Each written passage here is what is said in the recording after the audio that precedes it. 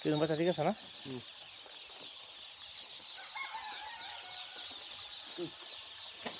কাঠের মধ্যে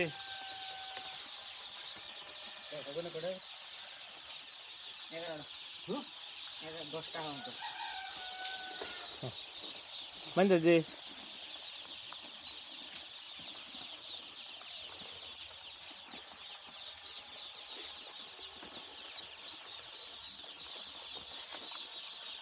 আসলে সেগুলো সমান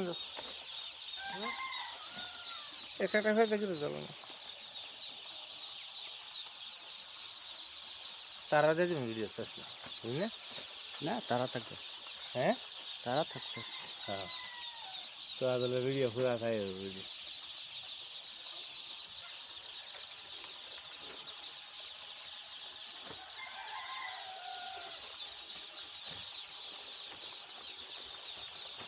বাচ্চা যেটা আমি আইনে নেবে বুঝছো